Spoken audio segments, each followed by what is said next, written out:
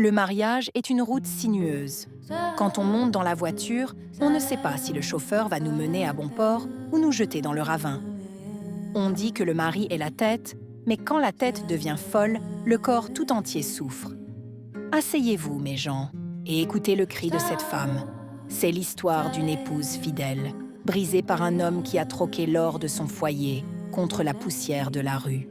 Cette sœur vivait un rêve. Mariée depuis 12 ans à un banquier aimant, elle avait tout. 3 enfants, un mari présent, une belle famille adorable. Elle travaillait dans une pharmacie, gagnait bien sa vie et soutenait son foyer. Tout le monde l'enviait. Mais le vent a tourné quand son mari, écoutant un ami, a quitté la banque pour se lancer dans l'importation à Alaba. Il a demandé à sa femme de démissionner pour s'occuper des enfants. Malgré son instinct qui criait « Non !», elle a obéi par amour. Ce fut sa plus grande erreur.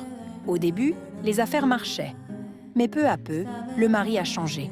Il rentrait tard, 22h, minuit, ivre, prétextant le travail. L'argent de la popote a fondu, de 150 000 à 30 000 francs pour nourrir 5 personnes. Elle a dû mendier 10 000 francs à son propriétaire qui lui a demandé de coucher avec lui en échange. L'humiliation totale. Le coup de grâce est venu quand elle a fouillé le téléphone de son mari. Elle a découvert l'horreur. Il envoyait 200 000 francs à des filles pour leur anniversaire pendant qu'elles mendiaient pour manger.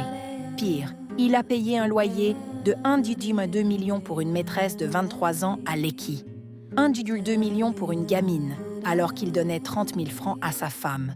Il a même acheté une voiture neuve qu'il prétendait être un cadeau d'un ami.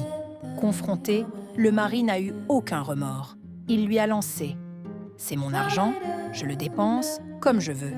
Si tu n'es pas contente, fais ce que tu veux. » Il a même chassé ses propres enfants de sa vue quand ils lui ont dit qu'ils avaient faim. Les enfants ont été renvoyés de l'école pour impayés, mais monsieur s'en fiche, occupé à être le daddy de ses maîtresses. Aujourd'hui, notre sœur est piégée. Elle n'a plus un sou. Elle lui avait donné ses 1,5 million d'économies pour son business, plus de travail, 3 enfants à charge et une famille pauvre qui ne peut l'aider. Elle déprime, prend des médicaments pour dormir. Ses amis lui conseillent d'aller voir un marabout pour attacher son mari ou de confronter les maîtresses. Mes chers abonnés, l'indépendance financière est le seul bouclier d'une femme. Dites-nous sincèrement en commentaire. Que doit-elle faire ? Chercher un travail de misère pour nourrir ses enfants et quitter ce monstre ? Ou utiliser des moyens mystiques pour récupérer son mari ? Aidez-la, car elle est au bord de la folie.